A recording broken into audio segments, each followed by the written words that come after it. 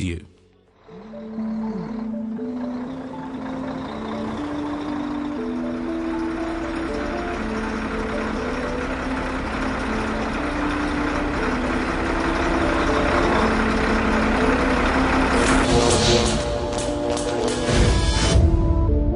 We've just watched a fatal rural worksite incident, the kind of tragedy that should never have happened, but did and does too often. So what went wrong here? The power lines on this property, like others, carry electricity, which if contacted, can kill you. To avoid incidents happening, look around and identify where power lines are located and mark them at ground level before you start working outdoors. Talk to the property owner or foreman and take note of any areas on the site which could be hazardous. Check with the property owner or foreman before moving machinery or equipment from place to place. And ensure all machinery is fully lowered before moving it. And if need be, arrange to have the power switched off by the local electricity authority. Sure, you might be so skilled at your job that you hardly have to think about what you're doing anymore. But this is how incidents occur. By making contact with these overhead lines, the tipper truck completed an electrical circuit, with the electricity passing through the raised trailer to earth and also through the worker.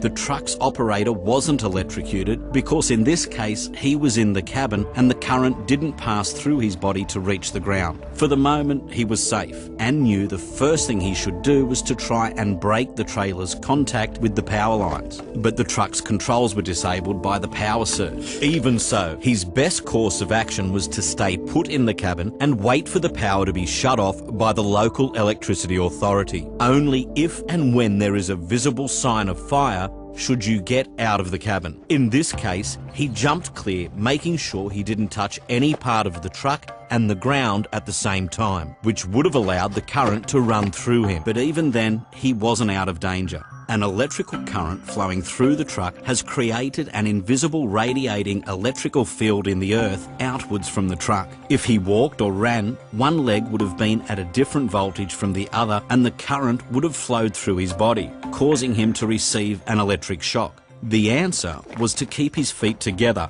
in constant contact with the ground and shuffle or hop at least 8 metres away from the truck. All right, he was out of danger. But what about his mate? Whatever happens, don't try to go to the assistance of anyone who has received an electric shock or let anybody else. All too often, secondary deaths can occur because others get electrocuted trying to help earlier victims. It is a tough ask, but even if it looks like the power lines are dead, keep well clear of anything in contact with the power line by at least 8 metres until the experts arrive.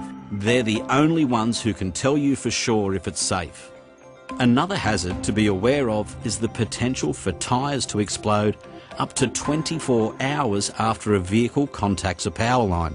Create a 300-metre exclusion zone around the vehicle for a minimum of 24 hours. Following this, ensure the vehicle is thoroughly inspected for tyre and mechanical damage.